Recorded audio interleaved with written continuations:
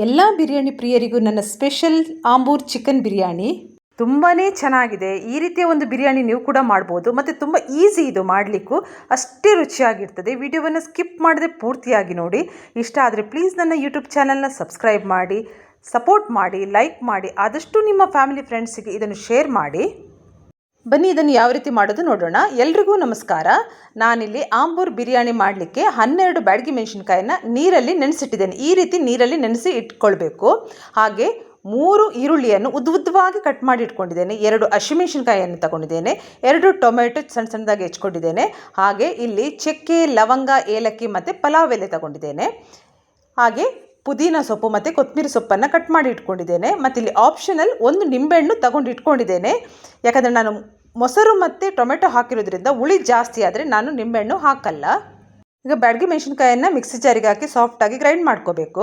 ನೋಡಿ, ಮಸಾಲೆ ಗ್ರೈಂಡ್ ಆಗಿದೆ. ಈ ರೀತಿ ಸಾಫ್ಟಾಗಿ ಹಾಕಬೇಕು. ಮತ್ತು ಕಲರ್ ಕೂಡ ನೋಡಿ ತುಂಬ ಚೆನ್ನಾಗಿ ಬಂದಿದೆ. ನಾನಿಲ್ಲಿ ಒಂದು ಕುಕ್ಕರ್ ತಗೊಂಡಿದ್ದೇನೆ. ಅದಕ್ಕೆ ತುಪ್ಪ ಹಾಕ್ಕೊಳ್ತಾ ಇದ್ದೇನೆ.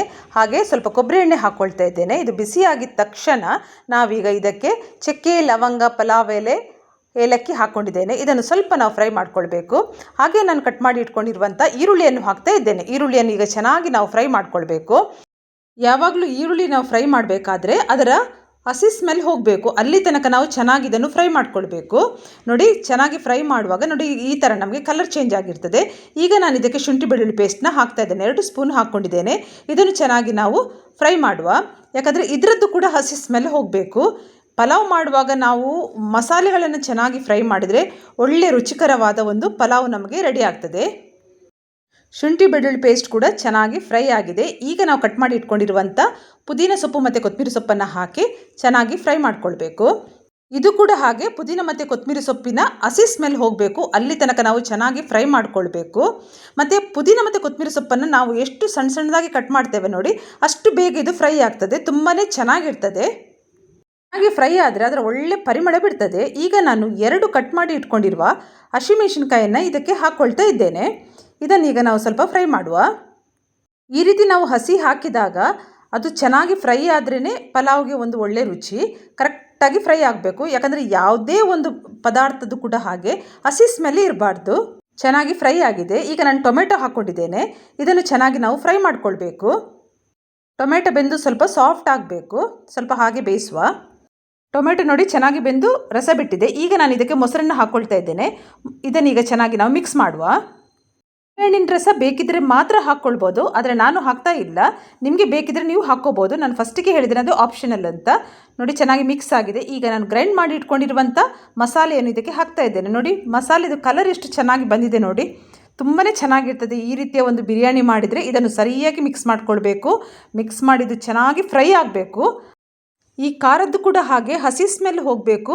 ಮತ್ತು ತುಂಬ ಚೆನ್ನಾಗಿ ಅದು ಎಣ್ಣೆ ಜೊತೆ ಚೆನ್ನಾಗಿ ಫ್ರೈ ಆಗಬೇಕು. ಉಪ್ಪನ್ನು ಕೂಡ ನಾವು ಈಗ ಹಾಕ್ಕೊಳ್ಬೇಕು. ಈಗ ನಾನು ಇದಕ್ಕೆ ರುಚಿಗೆ ತಕ್ಕಷ್ಟು ಉಪ್ಪನ್ನು ಹಾಕ್ಕೊಳ್ತಾ ಇದ್ದೇನೆ. ಶುಂಠಿ ಬೆಳ್ಳುಳ್ಳಿ ಪೇಸ್ಟಲ್ಲಿ ಕೂಡ ಸ್ವಲ್ಪ ಉಪ್ಪಿದೆ. ಆದ್ದರಿಂದ ಮತ್ತೆ ನೋಡಿಕೊಂಡು ಹಾಕ್ಕೋಬೋದು. ಇನ್ನು ಇದನ್ನು ಚೆನ್ನಾಗಿ ನಾವು ಈ ರೀತಿ ಮಿಕ್ಸ್ ಮಾಡ್ತಾ ಇರಬೇಕು. ಮತ್ತು ಇದರ ವಿಶೇಷತೆ ಏನಂದರೆ, ಈ ಬಿರಿಯಾನಿ ತುಂಬ ರುಚಿಯಾಗಿ ಬರಬೇಕು ಅಂತ ಹೇಳಿದರೆ ಈ ನಾವು ಮಸಾಲೆ ಇದೆಯಲ್ಲ ಅದನ್ನು ಸರಿಯಾಗಿ ಫ್ರೈ ಮಾಡ್ಕೊಳ್ಬೇಕು. ಯಾವುದೇ ಕಾರಣಕ್ಕೂ ಹಸಿ ಇರಬಾರ್ದು. ಆಗಲೇ ಬಿರಿಯಾನಿಗೆ ತುಂಬ ರುಚಿ ಕೊಡೋದು. ಈಗ ನಾನು ಕ್ಲೀನ್ ಮಾಡಿ ಇಟ್ಕೊಂಡಿರುವಂಥ ಚಿಕನನ್ನು ಇದಕ್ಕೆ ಹಾಕ್ತಾ ಇದ್ದೇನೆ.